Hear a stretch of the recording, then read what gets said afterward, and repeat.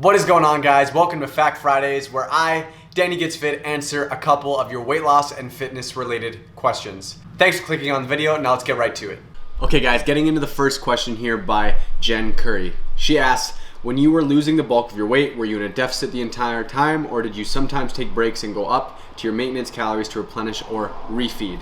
Would you recommend remaining in a deficit for a long period of time, or are you just taking breaks here and there? So essentially she's asking, would you recommend refeed or diet break days? First of all, the difference between a refeed day and a diet break is refeed days are usually 1 day or 2 days for some people out of the week where you go back to maintenance calories, and a diet break is when you actually take like 2 weeks off of dieting back at maintenance calories. So the first thing to note is that a diet break or refeed isn't meant for you to just go all out, eat whatever you want.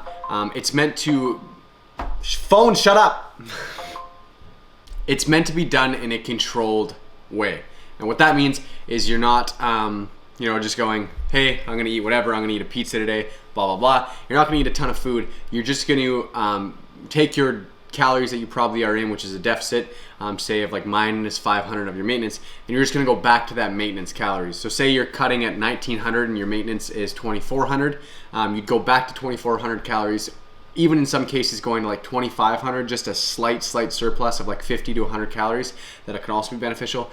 And so what these refeed days do is they mentally help you. Like when you're dieting for a prolonged period of time, it gets difficult, it gets hard, and having a day where you can eat a little bit of the stuff that you can't eat while in a serious diet, it allows you to have like a mental break. Like you get to eat that cookie or that piece of cake, whatever your kind of go-to snack is. For me, it'd be probably like 2 slices of pizza or something, fitting it in there. It allows you to essentially take that one day, do not have to worry about it too much, enjoy a little bit of the cravings you may have, and then get back to your diet the next day. So we're not talking about diet breaks here. I could do diet breaks in a different video. We're just talking about refeed days. So refeed days, once again, is out of a week or two, you do 1 or 2 days of going back up to maintenance calories or in a slight surplus of 50 to 100 calories. So doing that, like I said, allows you to just refocus and everything. And the science essentially behind it, and I'm using right now as a source dynamicduotraining.com, who references all the science-based studies in their page that I'm looking at. And what it does is, so when you are in a serious diet, when you're in a deficit of calories for a prolonged period of time, your leptin levels at a lower body fat are decreased. They're not as active. And what leptin is a hormone that balances your hunger or satiety. The word is satiety. Satiety. Got it. So essentially, when you eat food, how hungry you feel afterwards, or how filling that food is, leptin helps in making that known, and that feeling known. So if you're in a prolonged diet and you're eating and you're still feeling hungry and you still have cravings, that could be because your leptin levels are decreased. Taking that day to refeed can help increase your leptin levels and restore a bit of them. So that can help you in your next week of dieting. You'll feel more full and you won't be as hungry. So that's essentially the mental aspect as well as the science aspect of what refeed days do. Personally, for me in my journey, I actually did a refeed or cheat day, whatever you want to call it, every 10 pounds I lost, because I didn't know a lot about refeed days at the time. I didn't know that you could do them as often and they wouldn't prolong your weight loss as much. Definitely if you are in like a severe time crunch, I wouldn't recommend refeed days. Like if you have 4 weeks to lose weight and you're really trying to get to that goal, refeed days might, it does put you back just a tiny bit. But otherwise, if you're dieting for a prolonged period of time, you're just doing it to lose a little bit of weight, I definitely would say like time is your friend. Use it, do it all in a healthy way. And I would incorporate refeed days once a week or even once to twice every 2 weeks. Depending on what your lifestyle is like.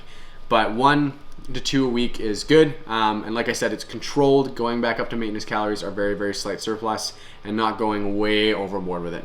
If you're a person who has a hard time giving yourself that if you're the type of person when you give yourself an inch, you take a mile, then I would recommend maybe only doing them once every 2 weeks like I did at the start, just because I found that if I got too carried away, I would get into kind of like a binge type deal, and that's not good for anyone, not healthy.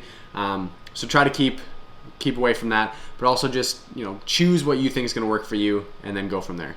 So that covers refeeds. Let's get into the next question. So the next question comes from Connor Orlin. He asks, when following macros, I often find that I go under on protein and fats, but hit my carb goal. Is this okay as long as none go over, or do the ratios matter? Thanks. Basically, how I want to answer this question is go over first what the different macros are used for in the body. So first you have your proteins. Those are used for protein synthesis, building muscle, and also maintaining muscle while in a caloric deficit. Protein also helps you feel much fuller than the other macronutrients. They just help us satiety. So that's a huge benefit to those who are looking to lose weight, is a high protein intake. 2, carbohydrates are stored in your body as glycogen. So it's our main, fuel source for energy. We use them to go hard in the gym. And fats are used for like vitamin absorption, hormone balance, brain function. So they kind of help your body do the things it's meant to do properly. So it's important to keep a good amount of fat as well. So once you know what all the macronutrients are used for, then you can evaluate how much you should be having of each. So from there, I like to follow a basis of, it's important to have a high protein diet if your goal is to lose weight or build muscle, or even both, which I do recommend. And there is lots of scientific studies behind high protein diet and weight loss. So just to go in a bit about how important of a role protein intake plays on weight loss, I just want to reference a study done by the Department of Human Biology at the University, or the Institute of Maastricht in the Netherlands. I don't know, someplace. Anyways, I can't really pronounce the name. But the objective was to unravel whether body weight loss and weight maintenance depends on the high protein or the low carb component of the diet. This will be linked below if you want to go read more into how they did it and everything. But what they found was that body weight loss and weight maintenance depends on the high protein aspect of the diet, but not necessarily on the low carb. The benefits of high protein is that it helps you stay full longer. It's more filling than carbs and fats. As well as it helps with muscle building. So when you do build muscle, muscle burns more calories and requires more energy than fat does. So then you're also burning more calories throughout the day. There's just so much benefits to it. So that's why I recommend a higher protein diet, but balanced. So basically, once you know that protein is good, this next thing to know is how much protein should you be having. And to answer his question specifically, 1, your protein intake, I find is a good goal for protein intake is anywhere from 0.8 to 1.2 grams of protein, and that just kind of depends on personal preference. I enjoy lower protein, so around the 0.8, 0.85 range. Of course, if you're a very larger individual like I once was, if you take that and times it by your pound, if say you're 300 pounds, that means you're going to take almost 280 grams protein per day. If you are a heavier set person above 250 pounds, I wouldn't recommend intaking any more than 220 grams of protein until you get to that lower range. It's not going to make a huge difference, and at that time it's going to be much easier for you to follow a diet like that than it is going to be to get 300 grams of protein in, because if you're getting that much protein in, you're eating very little carbs and fats, so then they're kind of out of balance. So what I would recommend is 0.8 to 1.2 grams per pound. Of course, if you're, like I said, if you're a heavier individual, adjust that as need be to you. Personal preference comes into play. And then carbs, I kind of leave to the end. I take my protein first, and then I take my fats, which I usually do anywhere from 20% or 30% of my calories. And then from there, the rest just goes into protein. So just to give an example of those, say I was I would do 1,965 calories at this time. Protein, I just did the kind of calculations on my computer here.